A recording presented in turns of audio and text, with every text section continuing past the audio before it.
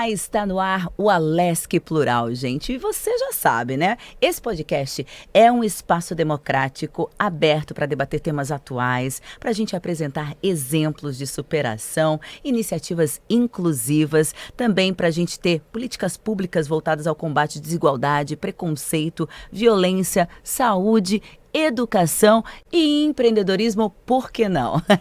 Eu tô aqui para falar então sobre a pauta de hoje. O assunto de hoje é empreendedorismo, gente. E para falar sobre esse assunto, eu tô com essas duas maravilhosas, Ana Lavrati, escritora, jornalista, e também com a Marlene Fengler, ela que é a secretária-geral da Assembleia Legislativa de Santa Catarina. Primeiramente, já queria agradecer a presença de vocês duas, né? Mais uma vez aqui conosco. A Ana ainda não teve aqui no podcast. A dona Marlene também eu entrevistei, mas em um outro momento, né?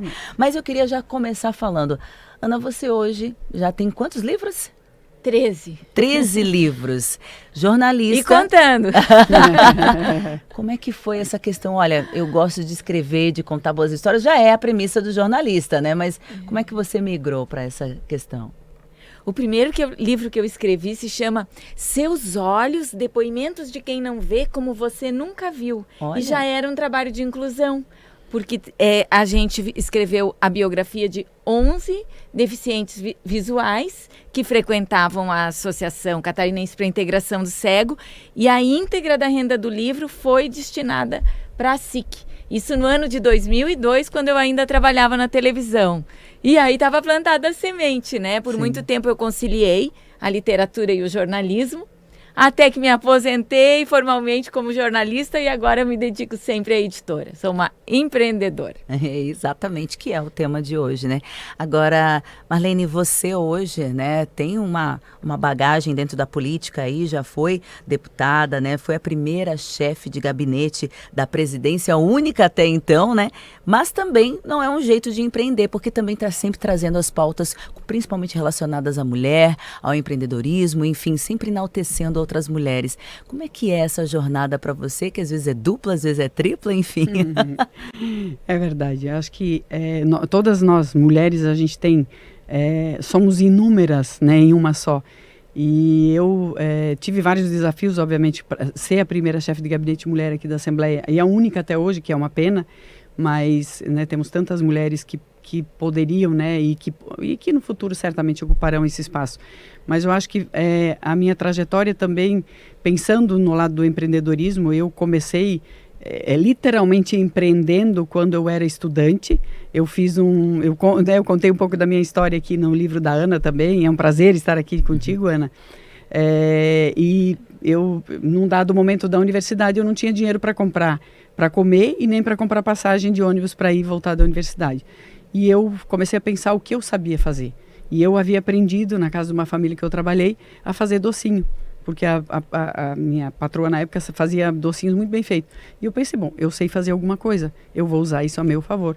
E aí eu comecei, e consegui com isso, né, vendi os docinhos na Universidade Federal, e com isso eu consegui me sustentar durante muito tempo na vida. E talvez isso tenha sido, né, o meu gatilho, né, e a minha veia empreendedora em todas as áreas, que é chegar e pensar qual é o problema, né, ou como é que eu faço para vencer as barreiras, para chegar, para conquistar os espaços que eu quero conquistar. E aí, quando eu cheguei, né, aqui dentro da política, sempre muito mais homens do que mulheres, então em cada lugar desse sempre foi um desafio, sempre foi um empreender de um jeito diferente, né? E não foi diferente também aqui na chefia de gabinete. E depois ser deputada também, com certeza foi um desafio enorme. Um orgulho enorme, mas um desafio enorme também. E ter sido chefe de gabinete durante 5 anos foi também, né, uma conquista, um desafio e um orgulho muito grande. E a representatividade, sempre estar nesses espaços, pensando em ser uma referência, pensando em mostrar para outras mulheres que é possível, que nós podemos e devemos estar nesses espaços. E eu acho que para mim, é sempre o que fica, assim, em cada lugar que eu estive, em qualquer lugar que eu venha a estar no futuro, eu sempre quero ser isso, uma referência para outras mulheres, porque ainda nós somos poucas, então é preciso que a gente tenha as referências positivas para que cada vez mais mulheres possam estar se sentindo empreendedoras também na política, não só no mercado, né, na iniciativa privada, mas também na política a gente tem que ser empreendedora, né, e ocupar esse espaço pensando nas próximas gerações em ser uma referência.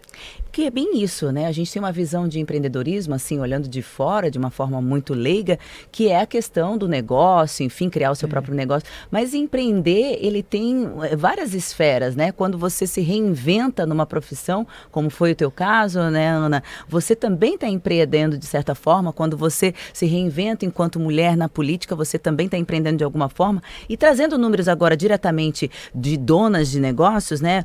O Sebrae levantou uma questão que no Brasil hoje são 10 milhões de empreendedoras, né? Santa Catarina, ela tem hoje 428 mil mulheres donas de negócio, né? Então são realidades que a gente traz números altos, mas que ainda cabe mais gente, né, Ana? Bastante. E você trouxe isso, vai trazer isso no lançamento do seu livro, que tem aí boas histórias nessas várias esferas de histórias de mulheres que se reinventaram, que empreenderam, é isso? Eu adorei ouvir a história da Marlene, tem muito mais do que ela contou aqui, né, Marlene? Acabou assim, uma menina tímida da fronteira que acabou dando cursos, falando em público, preparando outras pessoas para que conseguissem os recursos lá em Brasília, compreender, para que os municípios compreendessem como que funciona.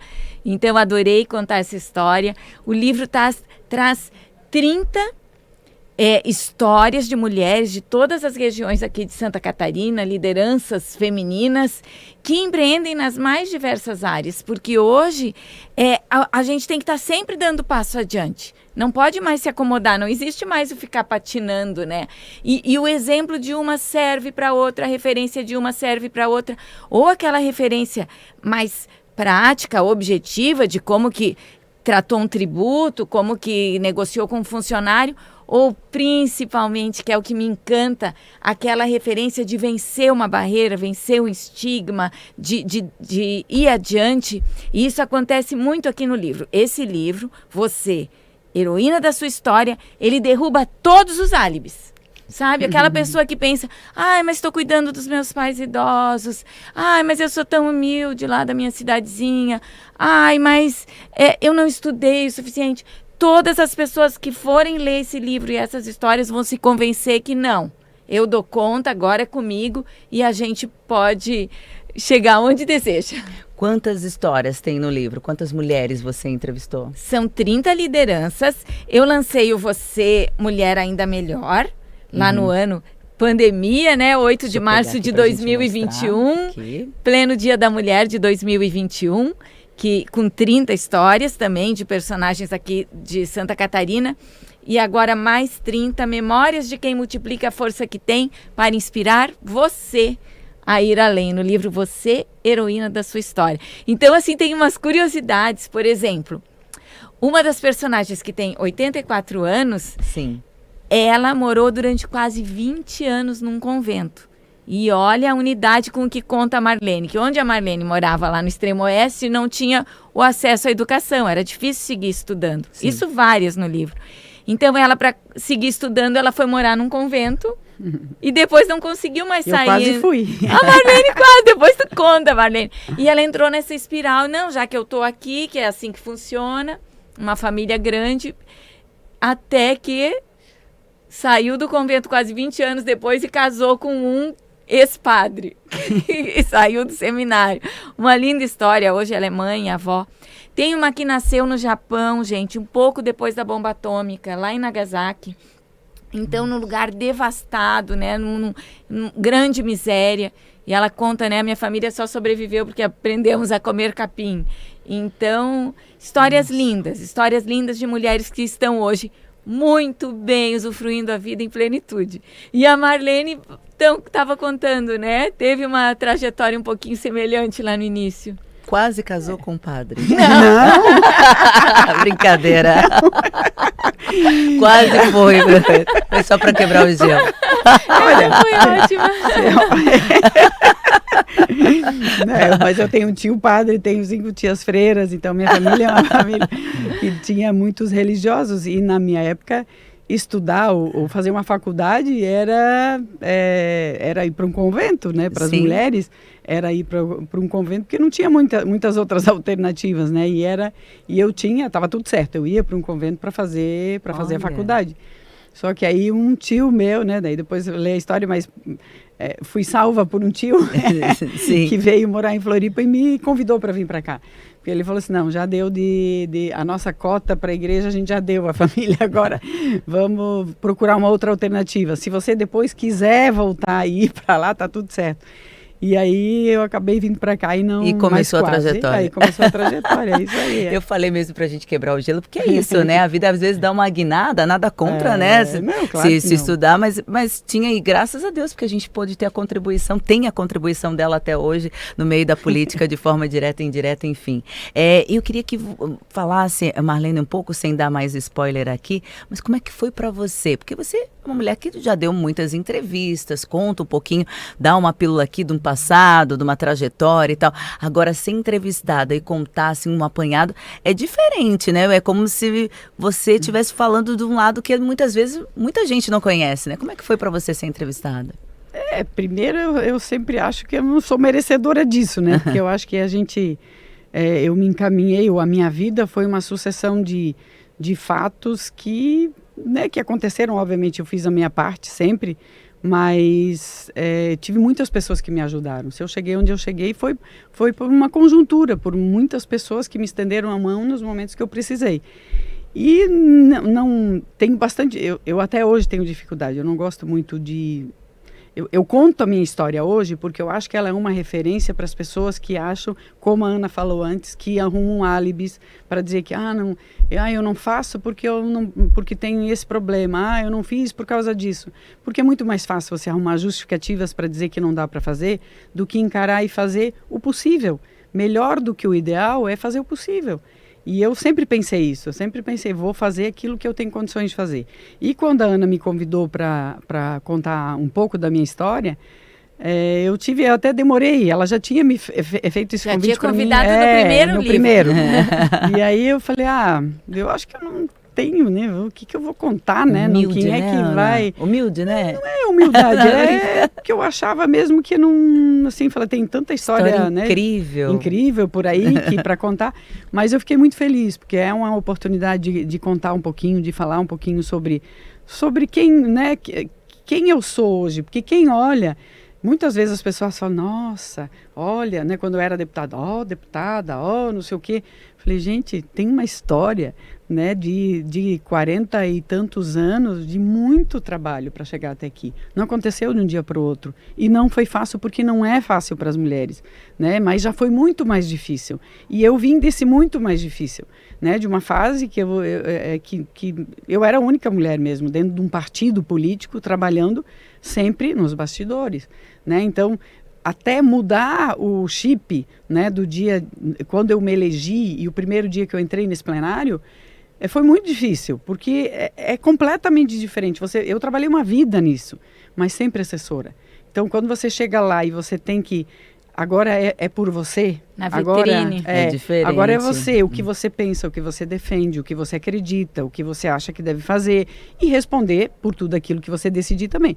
Então, poder contar um pouco dessa história, né? Quem eu sou, quem eu era, quem me construiu até aqui, é muito legal, assim, para as pessoas conhecerem um pouco, né? Saberem que, né, por trás de uma deputada ou por trás, né, de uma secretária-geral da Assembleia tem um ser humano que tem marido, que tem filho, que tem problemas, que tem irmãos, que tem pai, que tem mãe. Não tem mais pai, infelizmente, há 2 anos eu perdi. Mas assim, tem uma história de vida igual a de milhões e milhões de pessoas, mas que resolveu usar as dificuldades como uma alavanca para crescer, para se desenvolver, e com propósito. Eu acho que talvez esse seja o grande diferencial. Pensar sempre em ter um propósito de vida, porque a vida é tão importante, né? A vida é um presente de fato e a gente se esquece disso. A gente, na maioria das vezes, para reclamar e não para agradecer, para lembrar a dádiva que é ter a vida e como a gente precisa aproveitar bem essa vida, porque ela é finita. E às vezes, num piscar de olhos, acaba tudo. Então não é pensar amanhã, é agora. É o que a gente puder fazer de melhor agora. Ana, quando que você migrou, quando que você saiu do jornalismo, da TV e passou a escrever? Você lembra mais ou menos o ano? O primeiro livro que eu lancei foi em 2002, mas essa transição aconteceu em 2012, 10 anos depois. Eu acho que a gente se encontrou ainda pela TV Com, ali pelos corredores, acho que tu ainda estava no vídeo. Eu me lembro muito da Ana, porque a Ana sempre teve um jeito muito, essa voz angelical, né? Dando um spoiler para quem sabe o terceiro livro. Tem a história dela pra gente ler também, né? É verdade, Mas tem aqui, Amanda. Ah, tem? Tem. Tá. Então tô cada vez mais curiosa. Porque a Ana sempre teve essa voz aveludada, assim, né, e muito doce, né, e eu lembro muito dos corredores, eu começando ainda, foca que a gente chama, que é quando a gente está iniciando no jornalismo, e de ter a Ana circulando, definindo alguma coisa, enfim, eu não lembro se foi na TV Com, se foi em outro lugar, mas é uma referência no jornalismo para todos nós. Mas aconteceu que eu também coleciono adversidades, queiram ou não, mas isso é fato, porque quando eu tinha um bebê de colo, eu tive câncer, quando a minha filhinha era recém-nascida. 7 anos depois, o meu marido começou a tratar um tumor na coluna. Desde então, nos últimos 10 anos, ele já fez mais de 35 cirurgias invasivas, com grande risco. Só para ter uma ideia, a última não faz nem uma semana, porque a gente está sempre em pré ou pós-operatório, sempre é muito sensível. E ainda recentemente tive uma dengue hemorrágica aí que não sabia o que ia acontecer no dia seguinte. Fiquei 11 dias internada. Cuidem-se, usem repelente. E é isso, né? Acabamos de sair do Outubro Rosa e 2 exemplos aqui de mulheres que passaram pelo câncer, né? Então, quer dizer, também fica a conscientização aí. Afinal de contas, você descobriu cedo? Como é que foi? Não, o tratamento bem sucedido, já fazem 18 anos. Mas o bacana eu também, 18 anos. Como que a gente pode construir essa narrativa. E o livro se trata disso, de construir uma narrativa, né? Com um monólogo interior vencedor, olha o hífen, vencedor. A maneira como a gente olha para a história, a maneira como a gente constrói a nossa identidade, é capaz de vencer todas essas dores, não sobrou nenhuma. Fiz as pazes já, né? Então, eu acredito mesmo que vendo essas narrativas, as mulheres que pensaram, não, eu aprendi com isso, eu me reinventei, eu tive esse problema, foi difícil, eu tive que aprender para fazer. Não caiu do céu, a gente mostra isso, que não cai do céu, né? Que tem que realmente construir. Uma leitura necessária, né? Porque a gente tem, né, essa mania de pegar o problema e fazer com que eles virem a desculpa perfeita para todas as outras demandas que vão vir pela frente. Quando, na verdade, né, tanto as narrativas do seu livro, como a gente pode aprender a trazer eles como impulso, como você já falou aqui anteriormente, né? Agora, é importante que a gente tenha não só acesso ao teu livro, mas acesso a essa demanda, porque, de fato, né, os problemas eles vêm para nos ensinar e fortalecer, né? Eu acredito muito nisso, né? Eu tive uma infância como a grande maioria, né, da população negra, que foi uma infância humilde. Fui mãe nova, que também é uma realidade das mulheres negras de serem mães novas, né? E também mãe solo, né? Infelizmente. Mas isso me impulsionou a alçar voos. Eu entrevistei a Areta Duarte uma vez, que é a primeira mulher negra a subir o Monte Everest, e que ela falava muito que se achava imparável. E eu uso desde então essa frase porque eu me acho imparável. Onde eu vou, eu construo as minhas alianças, faço os meus contatos, tento passar a minha energia para que aquela pessoa se convença de que, tipo, essa mulher a gente pode investir de alguma forma, porque ela tem um potencial vencedor. Então, eu estou muito de acordo com o teu livro aí, quero ler. Eu acho que eu andei tendo umas aulas contigo. E é incrível como as histórias chegam no coração. Porque tu pode vir aqui e dar um dado, assim, agora 15% dos conselhos de administração das mulheres já formam a base dos conselhos de administração. Olha só, é uma representatividade. A meta é chegar a 30%. Pode dar um número, mas se tu conta uma história, por que aquela pessoa deseja estar no conselho de administração, como que ela se preparou para estar ali, o que resultou para a sociedade ter uma voz feminina naquele papel. Então eu gosto muito de ter a narrativa, contar a história dessas mulheres, e vou aprendendo com todas elas. E outra preocupação, desde o Você Mulher Ainda Melhor, é o mosaico. Como tu falaste agora, fui mãe muito cedo. Então no livro tem várias bisavós, tem vó com 43 anos. Olha também só. foi mãe cedo e foi vó cedo, né?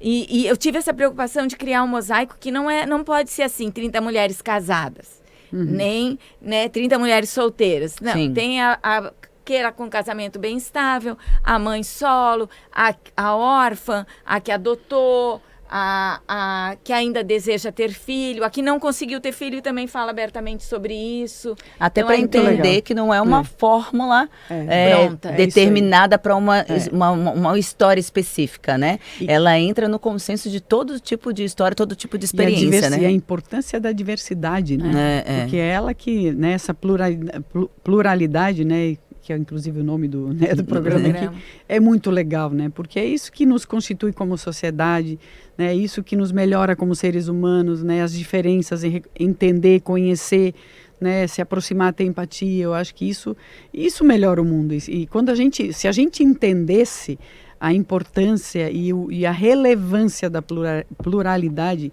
né, a gente seria uma sociedade muito melhor, porque a gente seria mais inclusivo, né? E aí essas histórias contam isso, né? Sim, que no livro eu quis trazer uma deficiente visual, que é uma professora hoje aposentada, e ela que coordena a biblioteca da ASIC, a professora Marcilene Guise. Meu Deus, que mulher!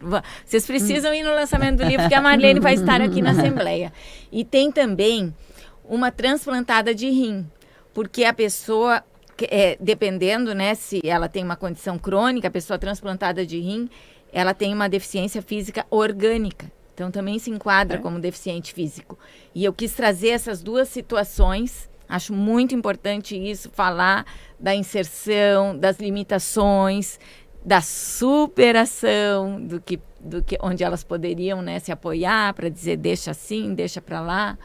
E histórias muito bacanas. Tem história de violência também doméstica, tem mulheres em carreiras que são muito masculinas, né, como a vendedora de caminhão, a presidente do Sindicato de Extração do Carvão. Também está no livro. Eu brinco com ela que a gente cresceu ouvindo que a Branca de Neve ficou arrumando a casa enquanto os anõezinhos iam para a mina. E ela vai para a mina, porque ela é a presidente do sindicato, né? Ela tá à frente de uma indústria de carvão. A desconstrução daquilo que nos foi imposto, né, goela abaixo durante muito tempo, regra, né? Eu acho que, bom, a gente teria muito assunto para contar aqui. Fica o aviso, vamos ter lançamento do livro aqui na Assembleia Legislativa, mas eu quero que você diga para quem está em casa, não pôde participar, né? Quem está nos escutando, quem está nos vendo, enfim, onde é que eu acho o teu livro? Segue lá o Instagram, @AnaLavrati, porque o atendimento é personalizado. Quero saber quem são os meus leitores. Já despachei para outras regiões do Brasil, que antes mesmo do lançamento já ouviram falar e pediram, né? Já fui lá para o correio. Então, pelo Instagram, @AnaLavrati, é a forma mais eficiente aí para a gente se comunicar. E também porque ali tem as 30 personagens do livro, já sabe quem é quem eu estou contando essa história. E queria, sabe, Amanda, dizer para quem está aqui nos ouvindo o seguinte: aqui 30 mulheres convidam para uma conversa, sem fórmulas prontas ou pretensiosa intimação. Memórias contadas sem pose e sem pressa por quem concilia discurso e ação. Entre reviravoltas reais e heróicas, estas histórias delegam ao tempo, com a sua indelével precisão, que revele o caminho da nossa revolução. Então, a leitura a seu tempo vai trabalhar lá no nosso coração, né? Bravo! É verdade, muito legal. Marlene, eu queria que você fizesse as suas considerações finais. O que a gente vai poder ter lendo um pedacinho da tua história aqui do livro da Ana, assim, ó, o que você acha que, olha, vocês vão conhecer, sei lá, uma Marlene que ninguém conhece, ou vocês vão poder entender um pouquinho desse meu jeito nesse sentido? O que você acha, qual a percepção das pessoas? Comissária de bordo também. Eu acho que de freira a comissária de bordo, eu cheguei aqui no início, né, fazendo docinho para vender. Mas eu acho que é isso, assim, o que eu gosto é que as pessoas vejam que a gente é todo mundo igual. Gente, né? Como a gente. É isso. E assim, com histórias diferentes, com né, superações diferentes, com desafios diferentes, a gente chega onde a gente quiser chegar se a gente encarar os desafios como eles realmente são, como desafios, e não como um problema insuperável, né? E aí a gente se torna imparável, né? Eu acho que é isso. Mas eu gosto disso, que as pessoas me enxerguem como que eu realmente sou.